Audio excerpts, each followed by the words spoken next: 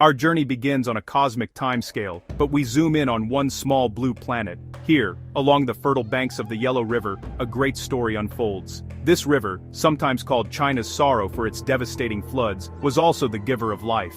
Its rich yellow soil, known as loess, created the perfect conditions for agriculture to flourish thousands of years ago. It was in this cradle of civilization that the first settlements grew, laying the groundwork for one of the world's oldest and most continuous cultures. Imagine tiny villages slowly growing into powerful states, all nurtured by the waters of a single mighty river. The first dynasty to step out from the mists of legend into the clear light of history was the Shang, around 1600 BCE. They weren't just farmers, they were masters of bronze, creating intricate vessels used in sacred rituals to honor their ancestors. Archaeologists have unearthed incredible artifacts, but perhaps their most significant legacy is found on bone. These were the oracle bones, pieces of turtle shell and bone inscribed with the earliest known form of Chinese writing. Priests would heat the bones until they cracked, and the patterns of the cracks were believed to reveal answers from the gods, a direct line to the cosmos itself. After the Shang came the Zhou Dynasty, whose reign was so long, nearly 800 years, that it's divided into Western and Eastern periods. The Zhou introduced a powerful idea, a concept that would shape Chinese thought for millennia: the mandate of heaven. This was a cosmic permission slip, a divine right to rule, granted by the heavens to a just and worthy emperor. If a ruler became corrupt or incompetent, or if natural disasters struck, it was a sign that the heavens had withdrawn their favor. This celestial mandate justified rebellion and the rise of a new dynasty, a cycle that would repeat again and again throughout China's long history. This era was also a universe of thought, a time of intellectual explosion. As the Zhou dynasty's power weakened, a period known as the 100 Schools of Thought began. It was a cosmic collision of ideas. Thinkers like Confucius roamed the land, teaching about morality, family loyalty, and good governance. His philosophy, Confucianism, would become the very bedrock of Chinese society. Other great minds like Laozi, the founder of Taoism, spoke of living in harmony with the natural flow of the universe, the Tao. These profound ideas, born from a time of chaos, would echo through the corridors of time, shaping the soul of a nation. Out of the chaos of the Warring States period, one state, the Qin, rose with unstoppable force. Its leader was a man of breathtaking ambition, Ying Zheng. He conquered all rival states, one by one, and in 221 BCE, he declared himself Qin Shi Huang, the first emperor of a unified China. His vision was not just to rule, but to remake the world in his image. He abolished the old feudal system and divided the empire into administrative districts, all controlled by him. It was a radical restructuring of power, a political big bang that created a centralized empire from the fragments of warring kingdoms. The first emperor's reign was a whirlwind of standardization. Imagine the sheer scale of his project. He standardized everything. Weights, measures, and currency were made uniform across the vast new empire. He even standardized the axle widths of carts so they would fit the same ruts in the new roads he built. Most importantly, he standardized the written language, creating a single script that could be read by people from different regions who spoke different dialects.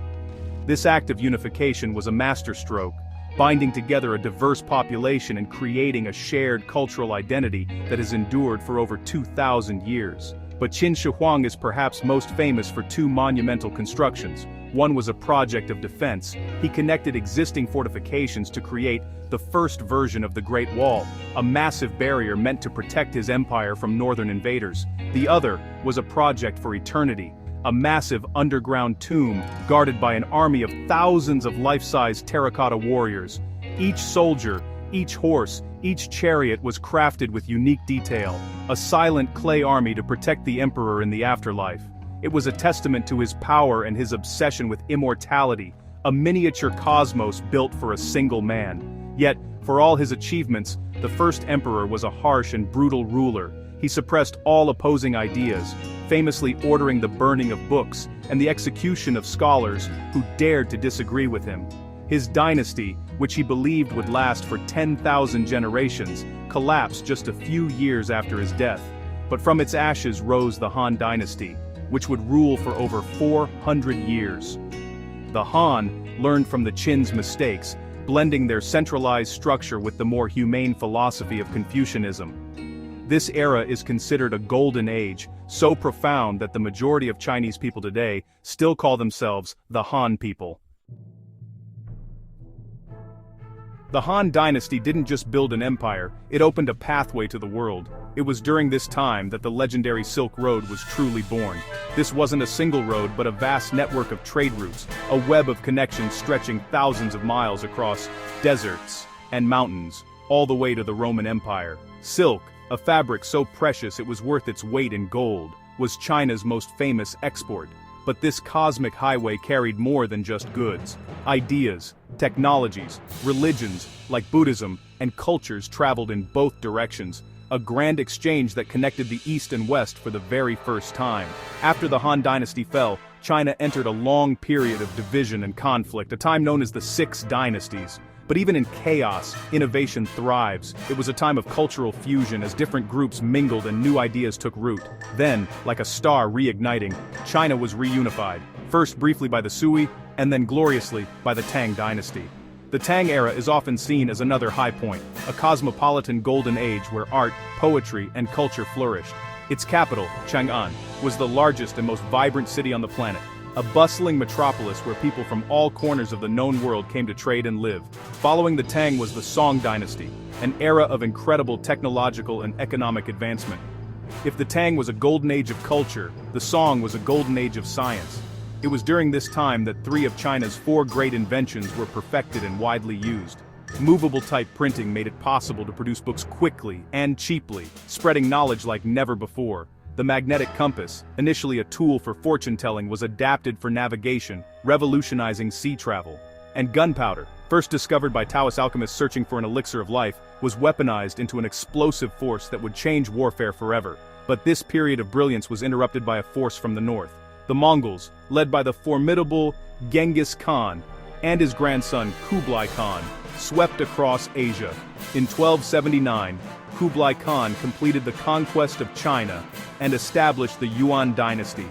For the first time, all of China was ruled by foreigners. The Mongols maintained their own culture but also embraced many Chinese systems of governance. It was during this time that the Venetian traveler Marco Polo supposedly visited China, and his accounts of the magnificent court of Kublai Khan would captivate Europe for centuries, revealing a civilization of unimaginable wealth and sophistication. The Mongol-led Yuan dynasty was powerful, but it was not to last. After less than a century, a rebellion rose up and pushed the Mongols back to the steppes. A new native Chinese dynasty was born, the Ming. The Ming emperors sought to restore traditional Chinese rule and erase the memory of foreign domination. They were master builders. It was during the Ming dynasty that the Great Wall was rebuilt and fortified into the massive stone structure we recognize today. They also built the magnificent Forbidden City in Beijing, a vast imperial palace complex that served as the home of emperors and the ceremonial center of the Chinese government for 500 years. The Ming dynasty sponsored incredible voyages of exploration. In the early 15th century, the Admiral Zheng He led a massive fleet of treasure ships on 7 expeditions across the Indian Ocean, reaching as far as the coast of Africa. These ships were far larger and more advanced than anything being built in Europe at the time. They projected Chinese power and collected tribute from dozens of kingdoms. However, these voyages were abruptly halted. China turned inward, choosing stability over exploration, a decision that would have profound consequences for its place in the world as European powers began their own age of discovery. In 1644, weakened by internal rebellion and economic problems, the Ming dynasty fell. It was replaced by invaders from the north once again, this time the Manchus, who established the Qing dynasty. The Qing would be China's last imperial dynasty. For much of their reign, the empire was prosperous and stable, expanding to its largest territorial extent. However, by the 19th century, the universe had changed. The Industrial Revolution in Europe had created powerful expansionist nations hungry for new markets and resources. The Qing court, confident in its own superiority, was unprepared for the collision that was about to happen. This collision led to what is known in China as the Century of Humiliation. beginning with the Opium Wars against Britain. A series of disastrous conflicts and unequal treaties forced China to cede territory, open ports to foreign trade, and grant special privileges to Western powers. Internal problems, like the massive Taiping Rebellion, further devastated the country. The Qing government's attempts at reform were too little, too late. The old imperial system, which had governed China for 2 millennia, was crumbling under the immense pressure of both internal decay and external aggression, setting the stage for a revolutionary storm. The storm finally broke in 1911. A revolution erupted, and the last emperor, a young boy named Puyi, was forced to abdicate. 2,000 years of imperial rule, a system that had seemed as eternal as the stars, came to an end. The Republic of China was founded, but this new beginning was anything but stable.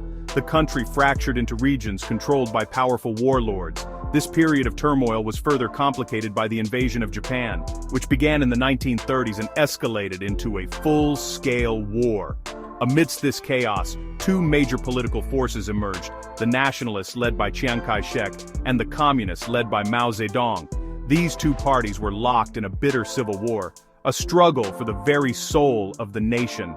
They briefly united to fight their common enemy, Japan, during World War II, but once the war was over, their own conflict resumed with even greater intensity. After years of brutal fighting, the communists emerged victorious. In 1949, from the Gate of Heavenly Peace in Beijing, Mao Zedong declared the founding of the People's Republic of China. The nationalists fled to the island of Taiwan. A new chapter in China's long, epic story had begun, one that would be guided by the principles of communism. Under Mao, China underwent radical social and economic transformations, including the Great Leap Forward and the Cultural Revolution, which led to immense upheaval and tragedy. After Mao's death in 1976, a new leader, Deng Xiaoping, set China on a dramatically different course. He initiated a policy of reform and opening up, introducing market-based principles into the socialist economy. This was a pivotal moment, a spark that ignited one of the most astonishing economic transformations in human history. Special economic zones were created, attracting foreign investment and turning sleepy fishing villages into booming metropolises. In the decades that followed, China's economy grew at a breathtaking pace. Hundreds of millions of people were lifted out of poverty. The nation transformed from a poor, agrarian society into an industrial and technological superpower, the workshop of the world. Today, China is a global leader in fields like artificial intelligence, renewable energy, and e-commerce. Its gleaming skylines, high-speed rail networks, and ambitious space program are all symbols of its newfound status. This epic journey, from the banks of the Yellow River to the forefront of the 21st century, is a story of resilience, innovation, and rebirth on a truly cosmic scale.